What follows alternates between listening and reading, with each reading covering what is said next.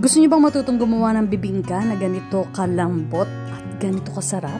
Kung oo, panoorin mo lang ito.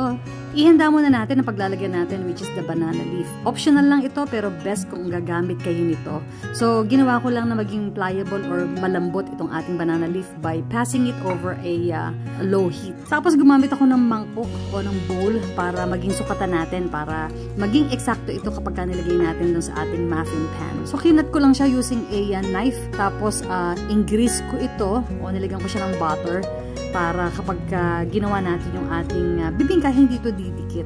Ang gamit ko dito ay jumbo muffin pan. Maganda talaga kapag flexible ang ating banana leaf. Mas madali nyo itong mailalagay at hindi ito mapupunit. At habang piniprepare natin ang banana leaf natin, ang ginawa ko dito sa butter, kaya softened na yan guys. Inilabas ko na yan sa refrigerator about 30 minutes para maging room temperature siya. Dahil softened na siya, madali nyo na siyang maibibit. Kasama ng sugar, which is paunti-unti lang natin ilalagay. Kailangan maging light at fluffy ang ating mixture. Mga 3 buhos ang ginawa ko dun sa asukal para unti-unti natin siya ma-incorporate. Kapag ganito na yung texture niya, pwede nyo na ilagay ang mga itlog. So isa-isa nating ilalagay ang itlog. Importante na ibit nating mabuti sa high speed ang egg. So ang pagbibit natin rapidly nito ay nagsususpend yung water from the butter and egg whites in the fats from the butter and egg yolks. Take note, ang eggs natin ay dapat room temperature. Kapag fully incorporated na, pwede natin ilagay ang ating rice flour at baking powder.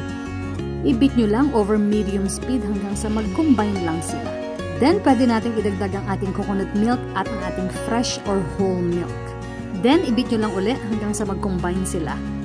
Make sure din na scrape natin yung size ng bowl para matanggal yung mga extra flour doon sa gilid. Ibit nyo lang ng bahagya, then ready na ngayon ang inyong mixture. This next step is optional, pero ginagawa ko ito para mas madali kong masalin yung mixture doon sa ating muffin pan. I-divide nyo lang yung lahat ng mixture na yan sa 6 na jumbo muffin cavity. Eksakto lang ito guys, walang labis, walang kulang. Pero pwede kayong gumamit ito ng 12 na standard na cupcake pan or liner. Pwede rin yun guys. For sure makagawa kayo ng 12 nito. Pwede nyo rin itong ilagay sa isang 8-inch or 9-inch round pan. Pero tandaan, mas malaki ang container, mas matagal ang baking time. So dapat pag binake natin ito guys, preheated ang oven ninyo at 375 degrees Fahrenheit or 190 degrees Celsius.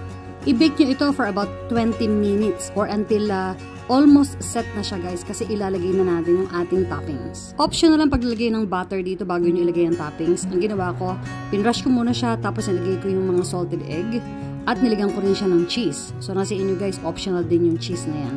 Then ibalik nyo lang sa oven hanggang sa maluto siya or hanggang yung top niya turns medium brown.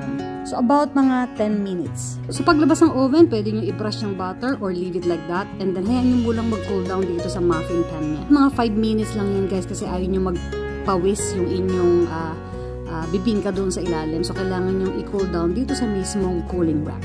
Palamigin nyo muna ng konti ha, bago nyo kainin at baka kayo mapaso. Kung nag-enjoy kayo sa video na to, don't forget to share.